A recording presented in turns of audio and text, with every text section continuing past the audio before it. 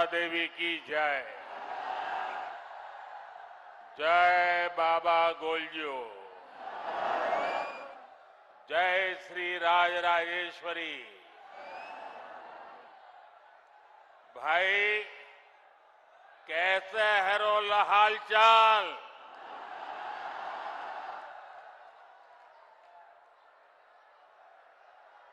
देवभूमि उत्तराखंड में ये मेरी पहली चुनावी सभा है।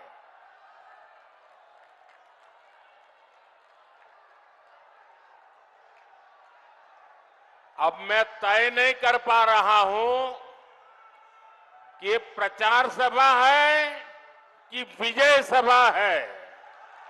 मैं सबसे पहले जो पीछे धूप में तप रहे हैं उन सब की क्षमा मांगता हूं। हम लोगों ने जो सोचा था वो पंडाल छोटा पड़ गया, मैदान छोटा पड़ गया और इसलिए जितने अंदर बैठे उससे ज्यादा लोग बाहर धूप में तप रहे हैं। जो धूप में तप रहे हैं, हमारी व्यवस्था की कमी रही, इसके लिए मैं आप सबकी क्षमा मांगता हूं। लेकिन मैं आपको विश्वास दिलाता हूं, आप जो धूप में तप रहे हैं, ये आपकी तपस्या मैं बेकार नहीं जाने दूंगा। मैं इसे विकास कर करके लौटाऊंगा। आपके इस प्यार के लिए मैं आपका बहुत आभारी हूं। जो लोग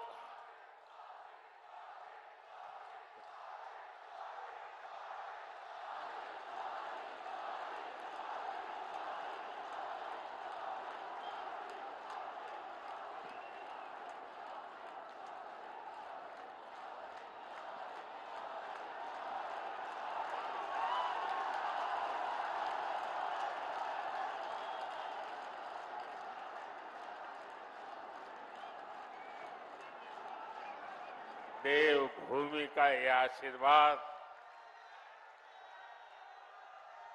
ये मेरी बहुत बड़ी पूंजी है।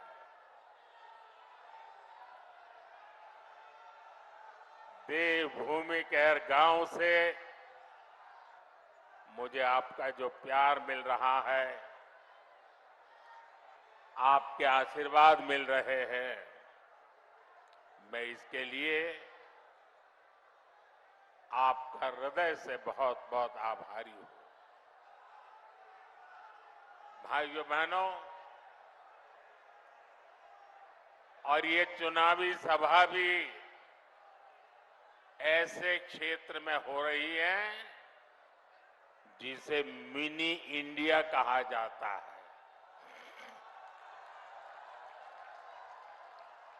और एक प्रकार से ये देवभूमि के भी आशीर्वाद है और मिनी इंडिया के भी आशीर्वाद है।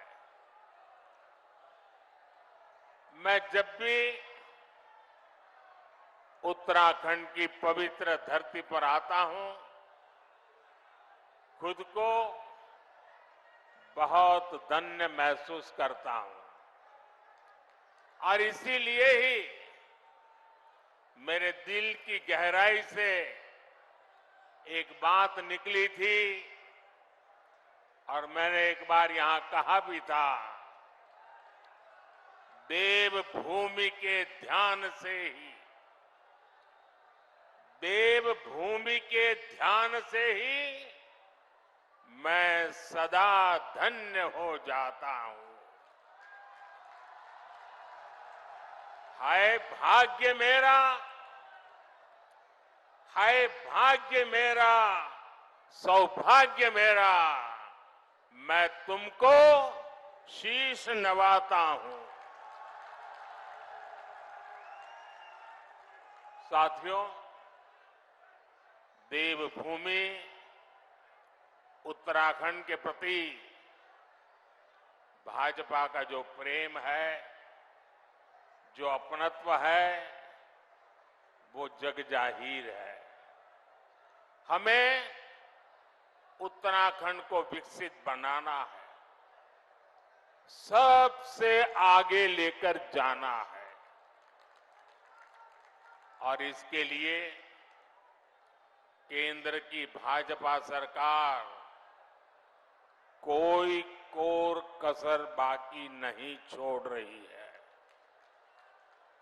बीते 10 वर्षों में जितना विकास उत्तराखंड का हुआ है, उतना आजादी के बाद के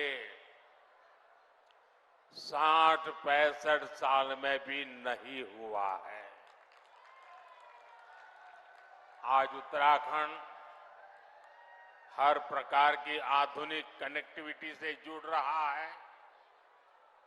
उत्तराखंड में भाजपा ने गरीबों को 85,000 पक्के घर बनाकर दिए हैं। उत्तराखंड में भाजपा ने 12 लाख घरों तक पानी का कनेक्शन पहुंचाया है। यहां भाजपा सरकार ने 5.5 लाख से ज्यादा शौचालयों का निर्माण कराया है।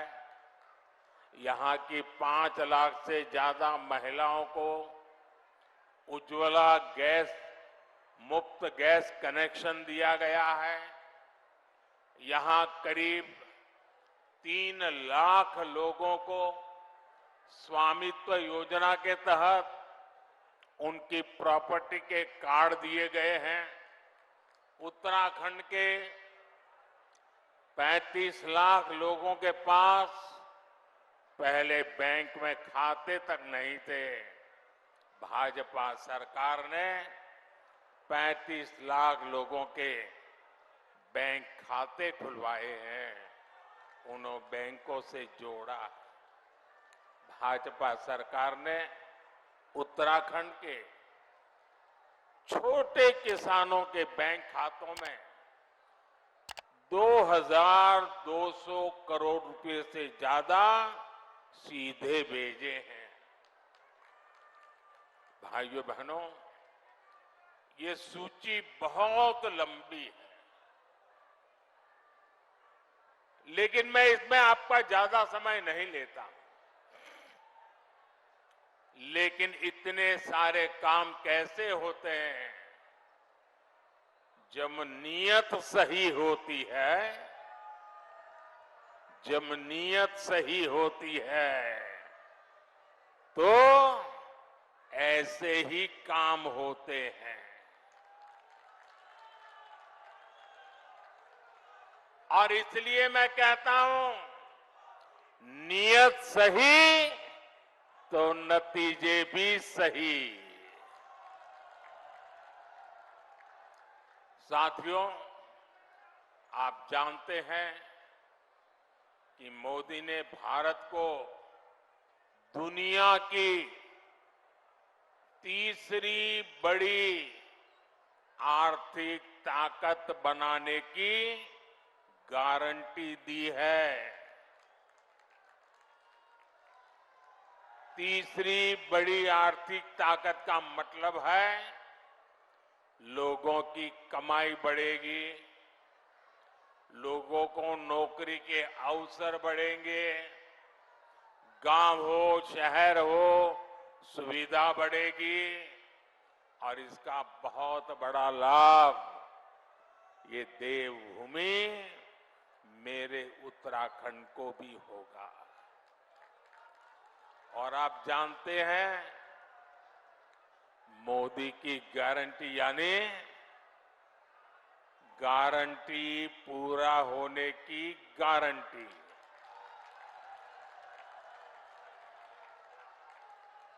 अब याद कीजिए, मैंने आपसे कहा था कि यहां एम्स का सैटेलाइट सेंटर बनेगा। मैंने ये गारंटी पूरी करके दिखाई। बाबा केदार के आशीर्वाद से मेरे मुंह से निकला था, ये दशक उत्तराखंड का दशक होने वाला है। कमल निशान पर पड़ा आपका हर वोट इसी संकल्प को और सशक्त करेगा। साथियों, मोदी की गारंटी ने उत्तराखंड के घर घर में सुविधा पहुंचाई है, लोगों का स्वाभिमान बढ़ाया है।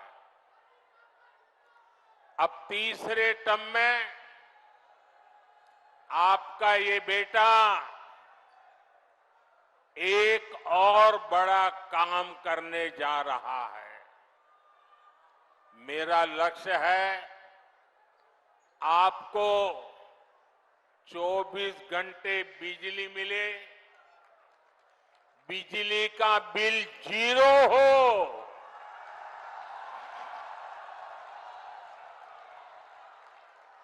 बिजली का बिल 0 हो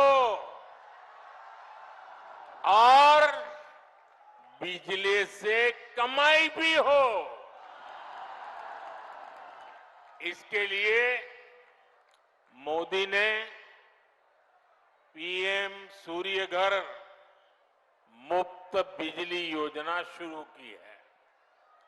इसके तहत छत पर सोलर पैनल लगाने के लिए सरकार मदद दे रही है। इससे जो एक मध्यम वर्गीय परिवार होता है, जिसके घर में 3-4 पंखे हो, 1-2 एसी हो, वॉशिंग मशीन हो, रेफ्रिजरेटर हो, एक छोटी सी इलेक्ट्रिक व्हीकल के चार्जिंग की बात हो, तो करीब करीब उसको 300 यूनिट बिजली खपती है। ये 300 यूनिट तो मुफ्त मिलेगी और जरूरत से ज्यादा जो बिजली होगी उसको सरकार खरीदेगी और आपको उससे कमाई होगी।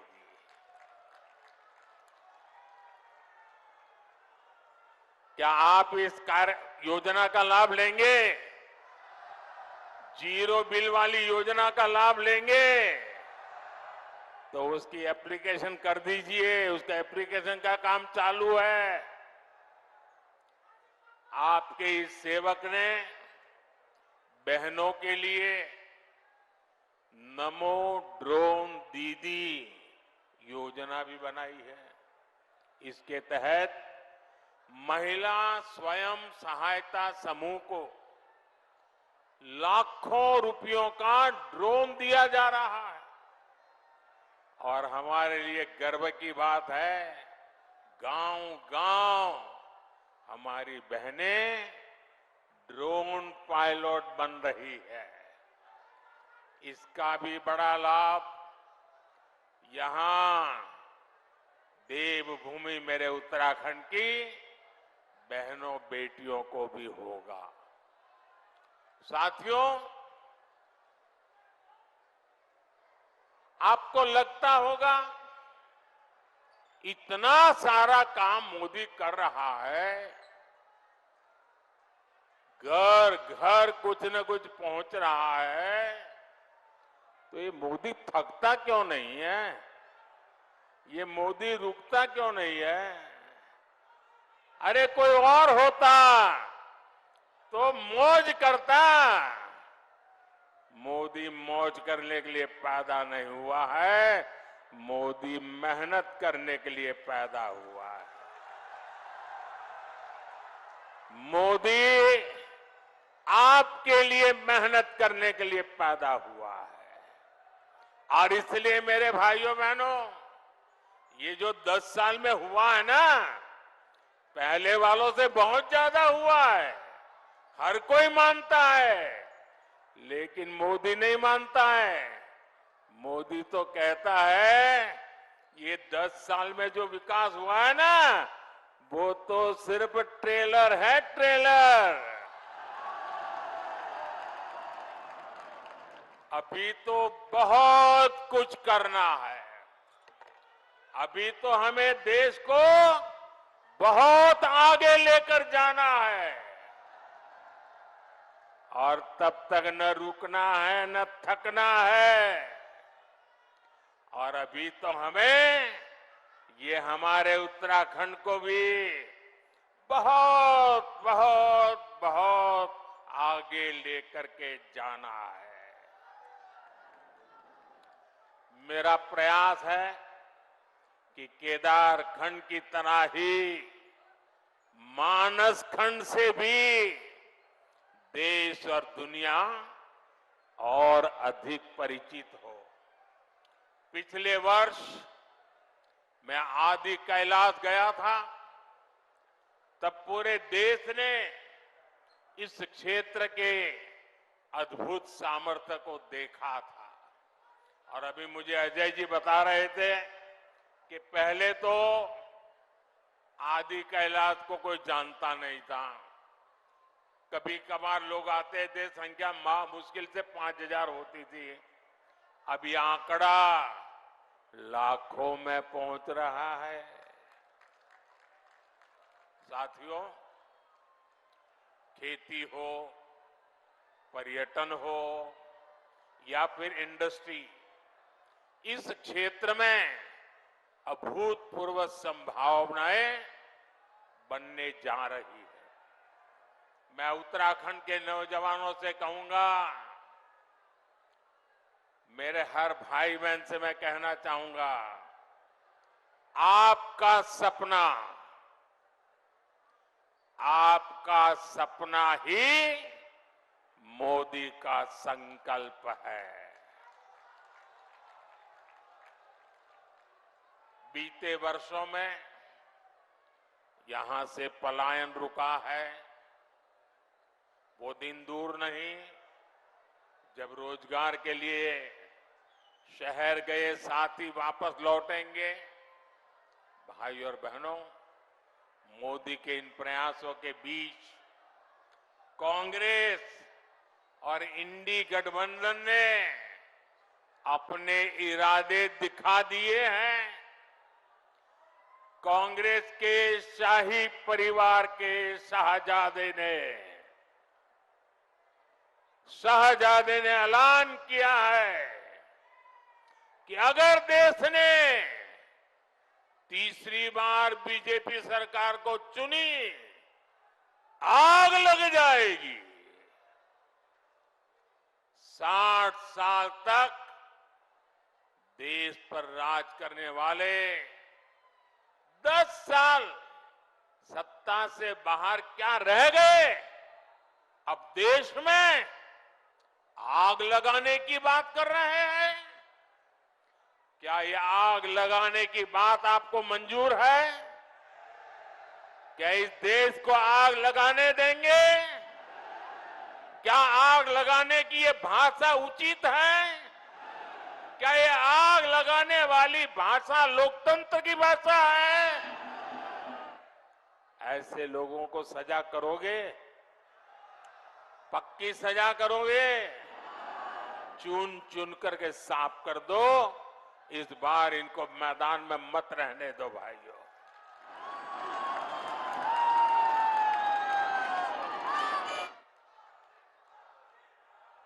इमरजेंसी की मानसिकता वाली कांग्रेस का भरोसा अब लोकतंत्र पर नहीं बचा है।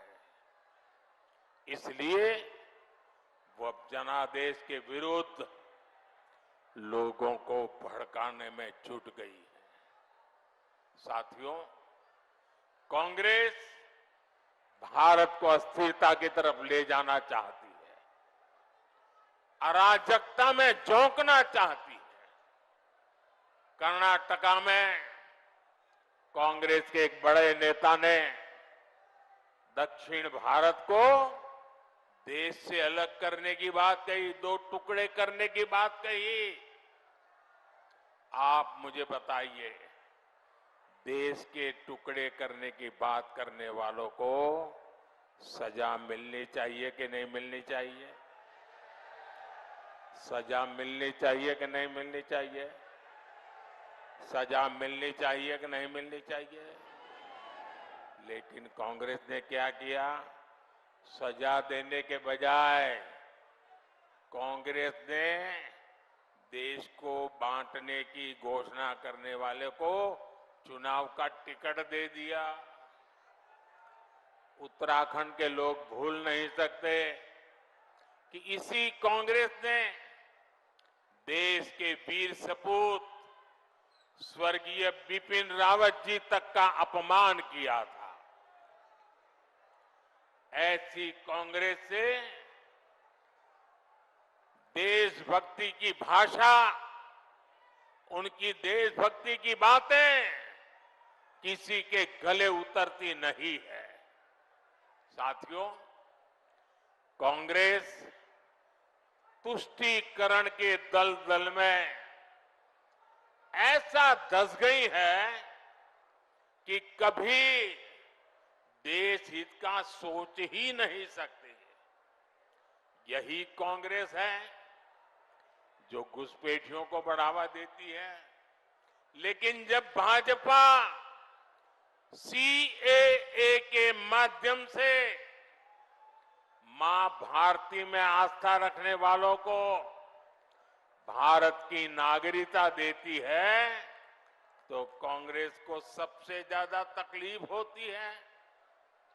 इस क्षेत्र के लोग भी जानते हैं कि पाकिस्तान और बांग्लादेश से जो शरणार्थी आए हैं, उनमें से अधिकतर दलित परिवार है, हमारे सिख भाई बहन हैं, हमारे बंगाली भाई बहन हैं, लेकिन कांग्रेस इन लोगों को नागरिकता देने का विरोध कर रही है। कांग्रेस कितना भी घोर विरोध करे, इन लोगों के पास मोदी की गारंटी है।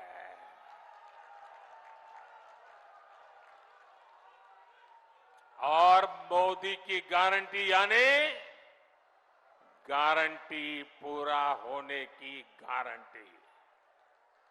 साथियों, इस धरती का संबंध तो गुरु नानक देव जी, गुरु गोविंद सिंह जी और उदासी संत गुरु रामराय जी से है। कांग्रेस ने देश का ऐसा बंटवारा किया कि गुरु नानक जी की उस पवित्र धरती हमसे छीन गई।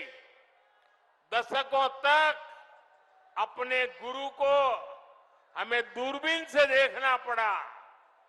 अब जाकर बीजेपी सरकार ने करतारपुर कॉरिडोर बनाकर लोगों की जिंदगी आसान की है। कांग्रेस कमजोरी न दिखाती तो हमारी सीमाओं पर नजर डालने की किसी की हिम्मत न होती, इतने बड़े सीमा विवाद न होता। कांग्रेस ने कैसे अपने हाथों से मां भारती के टुकड़े किए, इसका एक और ताजा उदाहरण देश के सामने आया है। ये हमारा उत्तराखंड तो वीर माताओं की भूमि है, जो वीर संतानों को जन्म देती है। यहां के वीर संतान मां भारती की एक एक इंच जमीन के लिए अपनी जान की बाजी लगा देते हैं। लेकिन यही कांग्रेस पार्टी, अभी जो एक बात सामने आई है, तमिलनाडु की बात तो तमिलनाडु की है, लेकिन ये वीरों की भूमि है, मातृभूमि की भक्ति क्या होती है उत्तराखंड को सिखाना नहीं पड़ता। उत्तराखंड के लोगों को भी ये कांग्रेस का गुना जानना जरूरी है। तमिलनाडु के पास समंदर में एक कच्चा द्वीप टापू है, द्वीप है। वो द्वीप भारत का हिस्सा था, लेकिन कांग्रेस ने उसको श्रीलंका को दे दिया।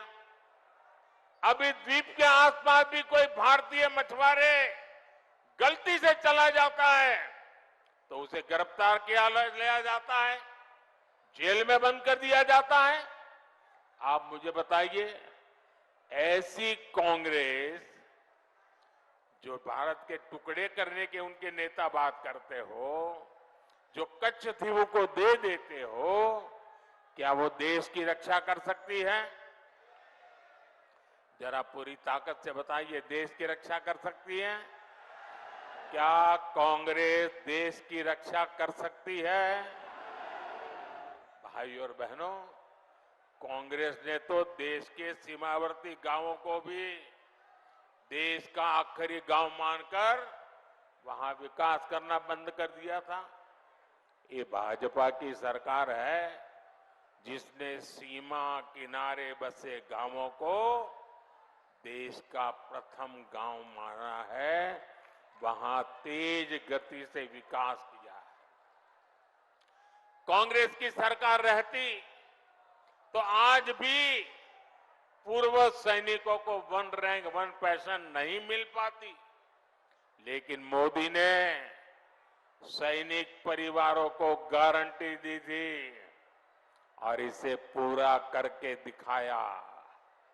आज देश भर के सैनिक परिवारों को वन रैंक वन पेंशन के 1 लाख करोड़ रुपए से ज्यादा मिल चुके हैं।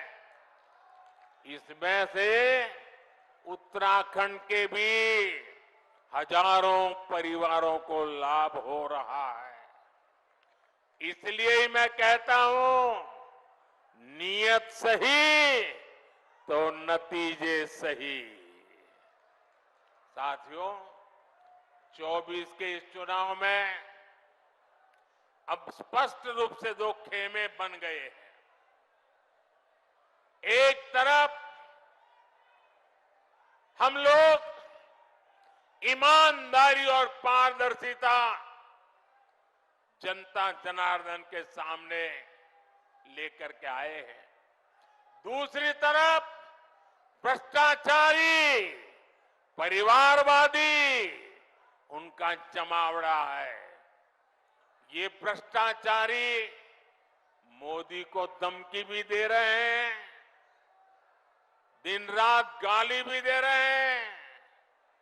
अब देखिए क्या खेल चल रहा है। हम हैं जो कह रहे हैं भ्रष्टाचार हटाओ, और वो कहते हैं भ्रष्टाचारी बचाओ। आप मुझे बताइए, भ्रष्टाचार हटना चाहिए कि नहीं हटना चाहिए? भ्रष्टाचार हटना चाहिए कि नहीं हटना चाहिए? भ्रष्टाचार से मुक्ति मिलनी चाहिए कि नहीं मिलनी चाहिए?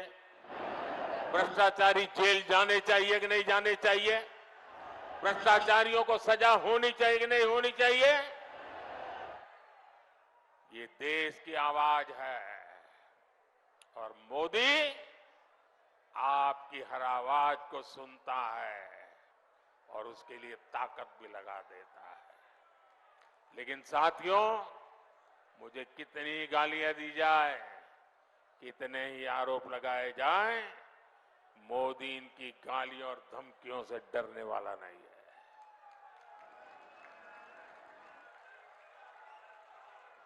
हर भ्रष्ट पर कार्रवाई जारी रहेगी और तीसरे टर्म की शुरुआत में अब 2-2.25 महीने बाकी रहे हैं, बहुत कम समय बाकी रह गया है।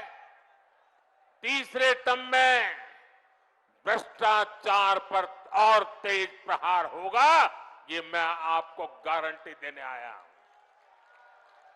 भ्रष्टाचार हर गरीब का हक छीनता है, हर मध्यम वर्ग का हक छीनता है, और मैं गरीब का हक, मध्यम वर्ग का हक किसी को भी छीनने नहीं दूंगा। ये मोदी की गारंटी है। साथियों, आने वाले 5 साल अभूतपूर्व काम के और देश हित में बड़े फैसलों के होंगे, लेकिन इसके लिए मेरी आपसे प्रार्थना है, आपको मोदी को और मजबूत करना होगा। करोगे? करोगे? जरा सबके समय हाथ ऊपर करके बताओ, मोदी को मजबूत करोगे? मोदी को नई ताकत दोगे? मोदी को नई ऊर्जा दोगे? उत्तराखंड की सारी सीटों पर भाजपा को ज्यादा से ज्यादा वोटों से विजय दिलाने के लिए मैं आपसे प्रार्थना करने आया हूं। नैनीताल, उधम सिंह नगर से हमारे साथी अजय भट्ट जी चुनाव लड़ रहे हैं। अल्मोड़ा से हमारे साथी अजय टमटा जी चुनाव लड़ रहे हैं। हमारे और दो साथी अपने अपने क्षेत्र में हैं। हरिद्वार से त्रिवेंद्र सिंह रावत जी, टिहरी गढ़वाल से श्रीमती माला राजलक्ष्मी जी और गढ़वाल से भाई अनिल बलूनी जी, सभी को, इन पांचों मेरे साथियों को जिता करके उत्तराखंड ये कमल दिल्ली पहुंचाए, यही मेरी आपसे प्रार्थना है और इसलिए आपको याद रखना है। फिर एक बार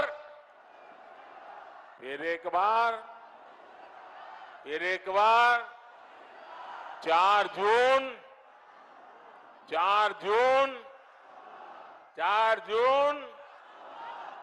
जून। अच्छा, मेरा एक और काम करोगे? मेरा एक काम करोगे? ऐसा नहीं, हाथ ऊपर करके बताइए, करोगे?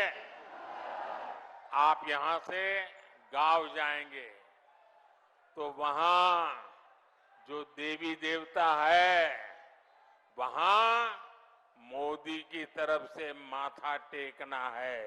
करोगे?